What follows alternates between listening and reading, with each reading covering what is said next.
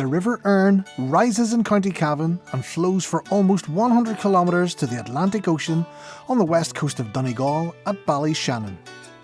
Its headwaters flow from a number of spring-fed lochs and streams, and for almost 50 kilometres from Co.Donegal through to Enniskillen in Co.Fermanagh. The River Erne can be difficult to distinguish as it winds its way through a series of interconnected lochs nestling among the drumlin hills of Cavan and South Fermanagh. Across the Erne's 4,372 square kilometre drainage area, this unique watery environment is enjoyed by many for leisure activities such as angling and boating.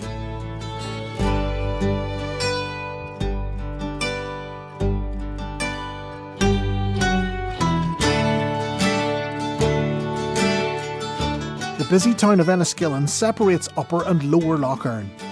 From here, the water flows into the Lower Lough, then on through the border town of Ballyk.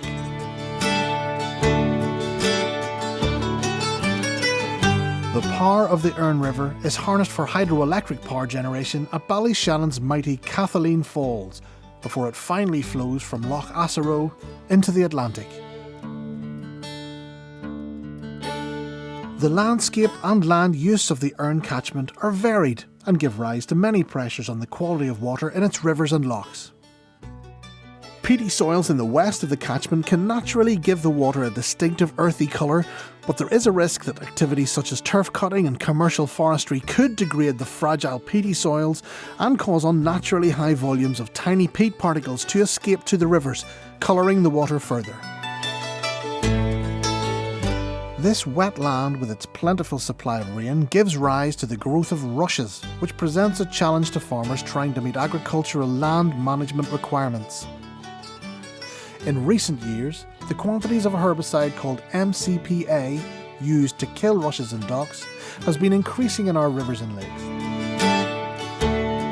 Unrestricted livestock access to our rivers and lochs and the over-application of slurry and fertiliser on the soils can all increase the risk of soil and nutrients loss to watercourses.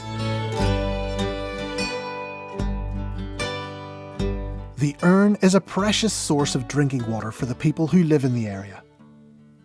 Before it can come out of your tap, the water is treated to a high standard to remove the contaminants washed into the rivers and lochs. Sediment, herbicides, colour and all other impurities must be removed by the water companies in order for our drinking water to meet stringent water quality targets. The more contaminants that are in the water, the more challenging and costly that water treatment process can be, and multi-million scale investment is often needed to ensure pesticides are all removed. In Killyhevlin Water Treatment Works near Enniskillen, the water is screened to remove debris. Small pieces of iron are added which impurities stick to and are then removed again before the water goes through further filtration and disinfection.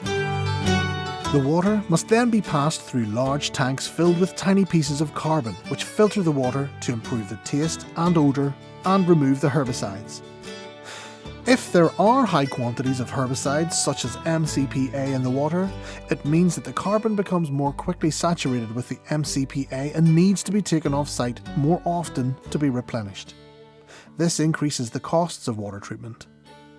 Finally, the water is tested again to check the quality before it is of a suitably high standard to be piped out to our homes and families.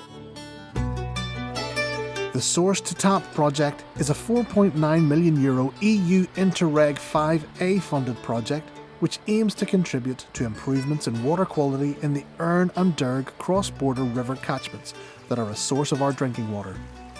Source to Tap is piloting changes in land management techniques such as fencing of rivers to exclude livestock and replacing boom spraying of MCPA with weed wipers to apply herbicide for rush control, thereby reducing losses of herbicides to rivers and streams.